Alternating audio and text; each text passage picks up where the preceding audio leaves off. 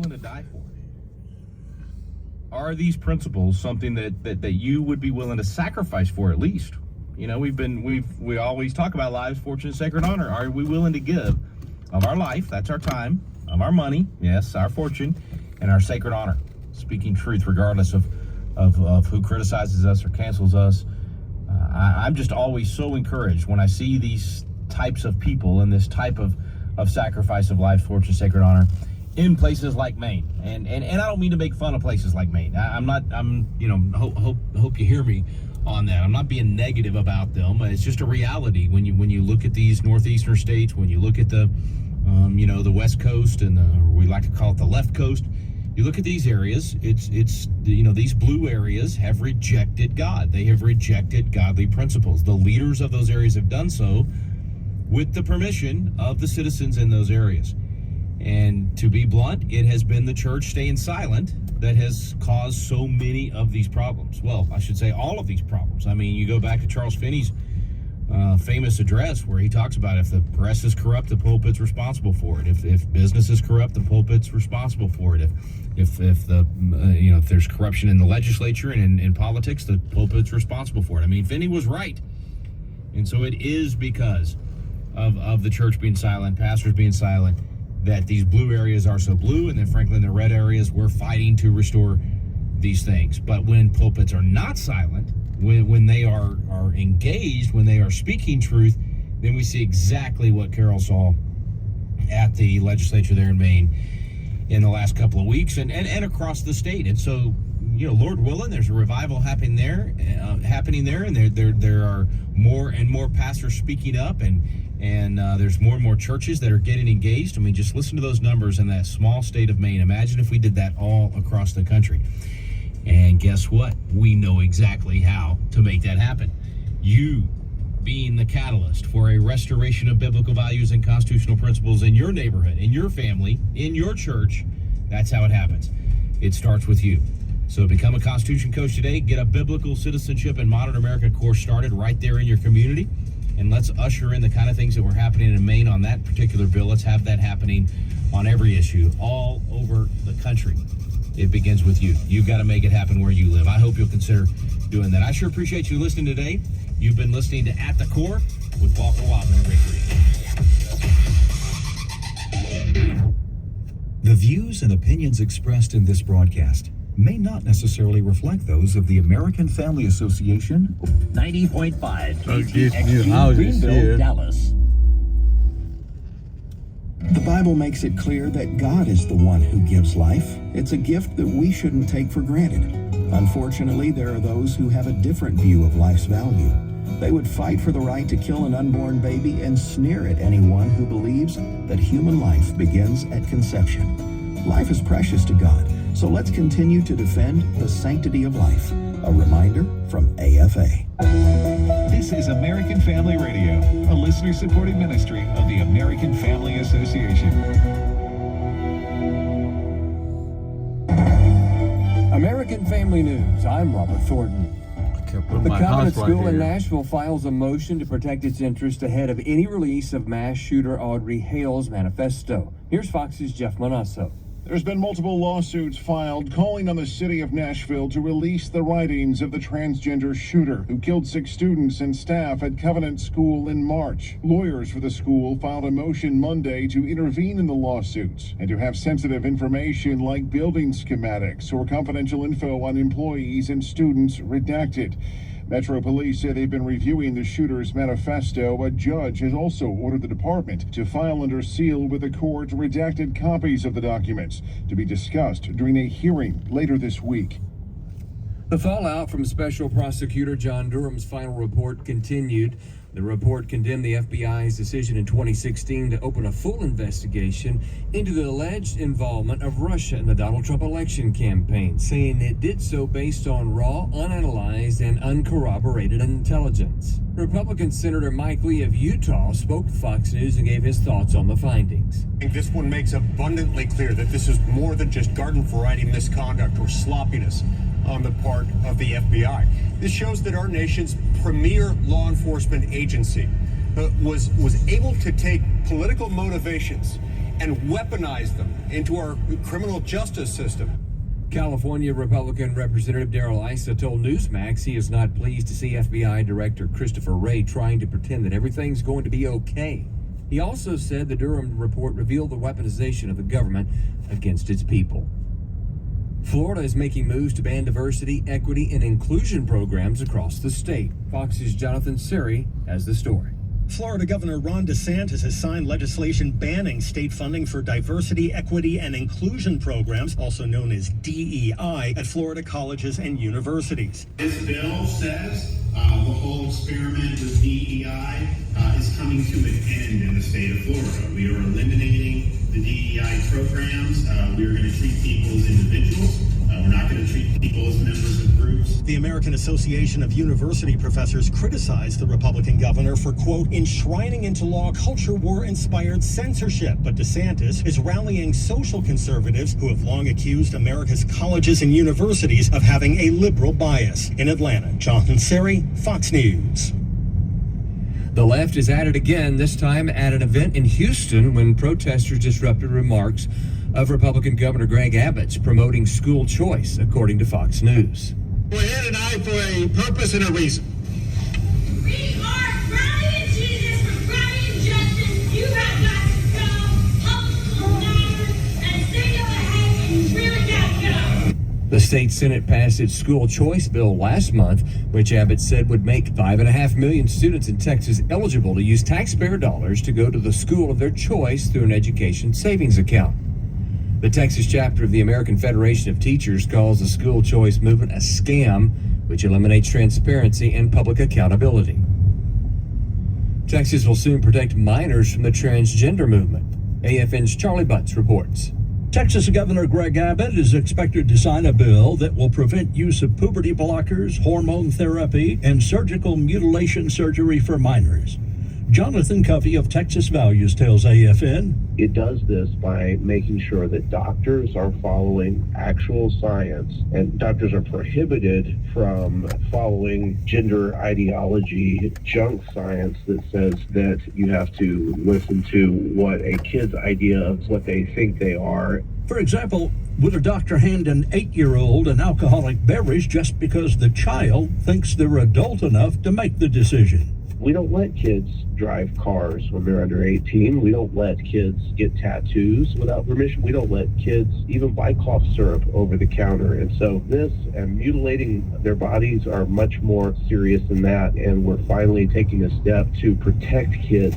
I'm Charlie Butts. For American Family News, I'm Robert Thornton. The AFA Resource Center has all your favorite items. Everything from books, movies, shirts, and even hats. Introducing AFA's polyester and twill hats, starting at just $18. Whether you're into fashion, a collector, or you're just having a bad hair day, these hats are just what you need. You can buy one for yourself or a friend. Purchase your AFA hat today at resources.afa.net. You know, as Christians, we have to understand and be real with where we are. That's what we have to see first, individually. And where our mindset is and what we desire. Airing the Addisons.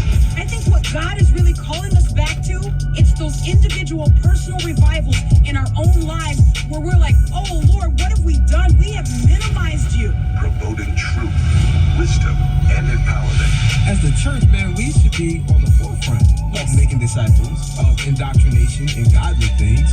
If we don't train our kids, they will not be able to stand. Airing the Addisons. On American Family Radio. Oh, is that me? Huh? Is there an echo? No, you sound fine to me. You sure?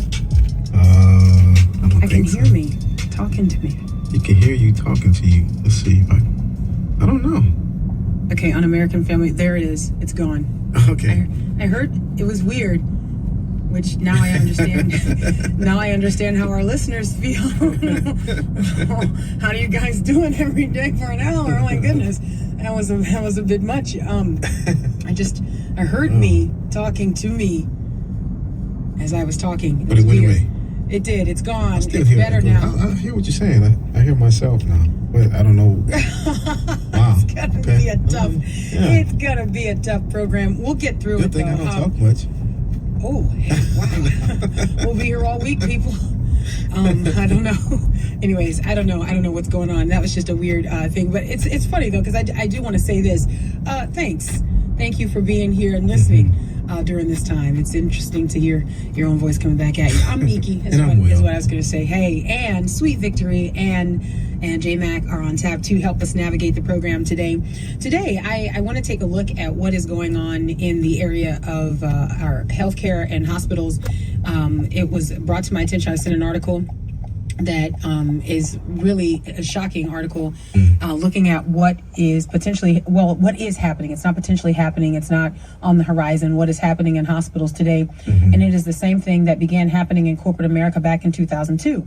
Let me just go back here for the sake of our listeners. Do you remember a time, and I want you to just think about this, do you remember a time when you were able to walk into a store and you were not bombarded with like rainbow flag paraphernalia? Do you remember a time where people didn't wear, pride t-shirts and that wasn't that long ago. And exactly right. There were not these, transgender advocates greeting you at the door and wearing pronouns and all of these things that now, think about this. I really want people to take a step back because, we are designed by God in such a way that humans adjust fairly easily.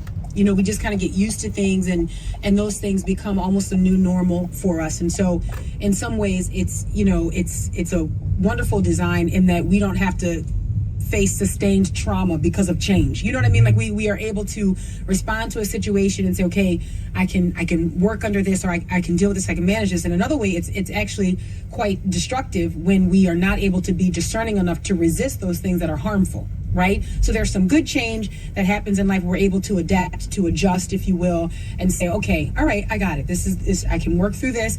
And then we move on so that we're not like managing sustained, and I use this word lightly here, trauma. Okay.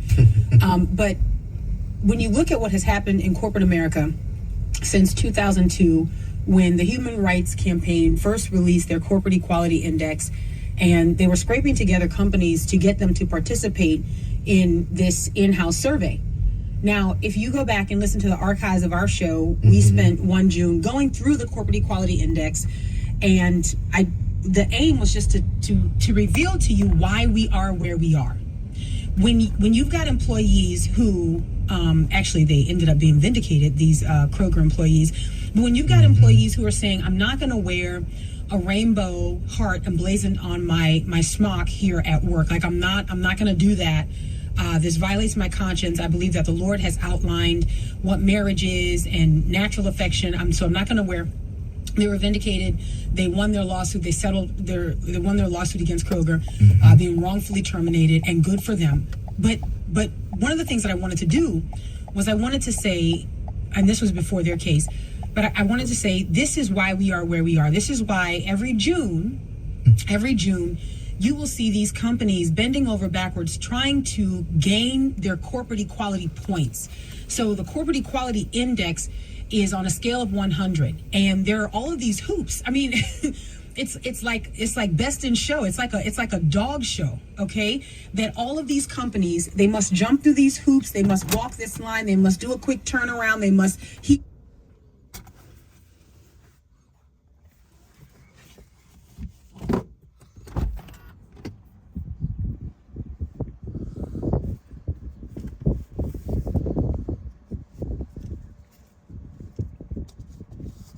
Came alive by February spot right here.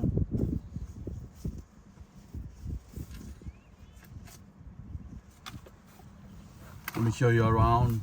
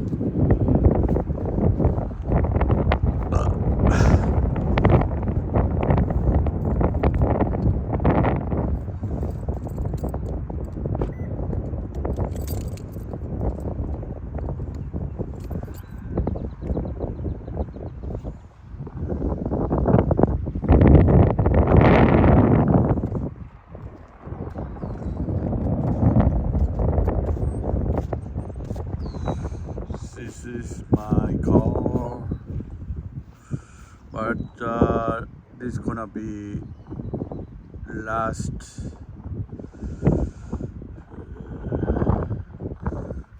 gonna get a new one. Toyota Corolla 2020, 3 years old.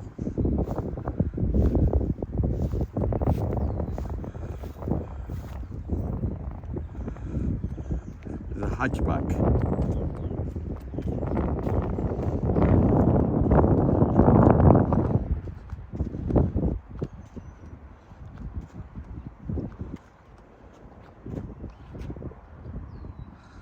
Look a little bit like a Lamborghini, but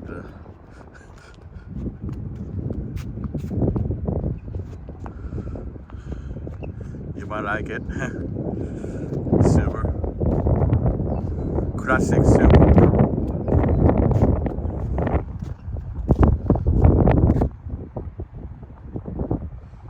Just washed my car not too long ago.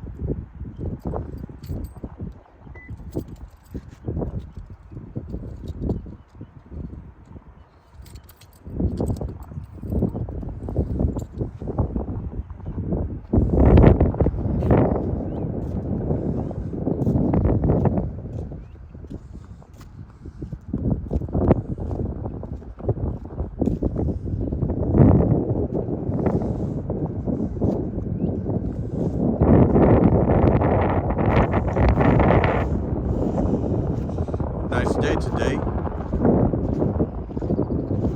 I don't know why I got accent from Birmingham, Alabama. Living in Dallas, Texas. Came from California. I got the accent from Birmingham, Alabama. The how this Chinese. The people who think how this Chinese. Got the accent from Birmingham, Alabama. He is Chinese. He came from California. Californicators. Californicators. Californicators. You like it, don't you?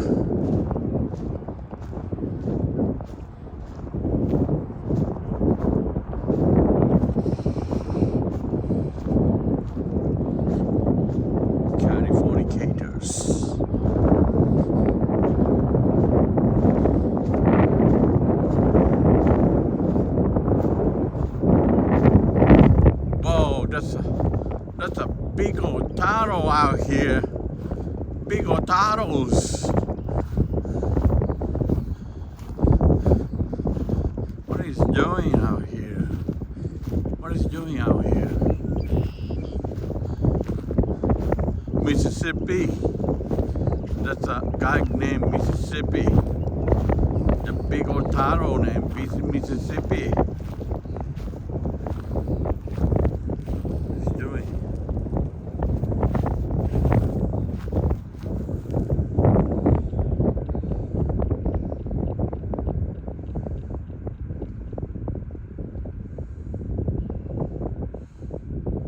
Forget the way to going back to the lake, or you just hanging out here?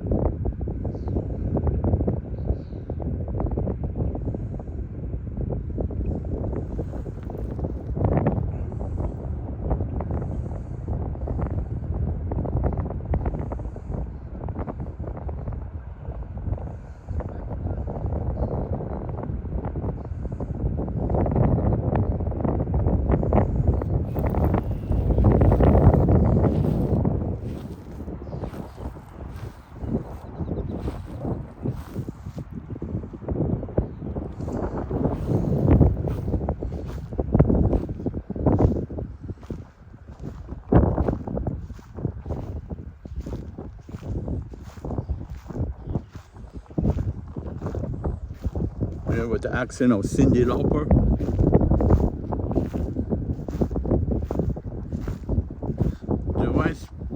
Do I got an accent like a Cyndi Lauper? I don't think so.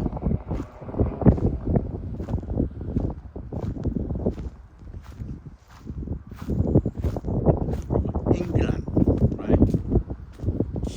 England. Anyway, it's so beautiful out here. Beautiful.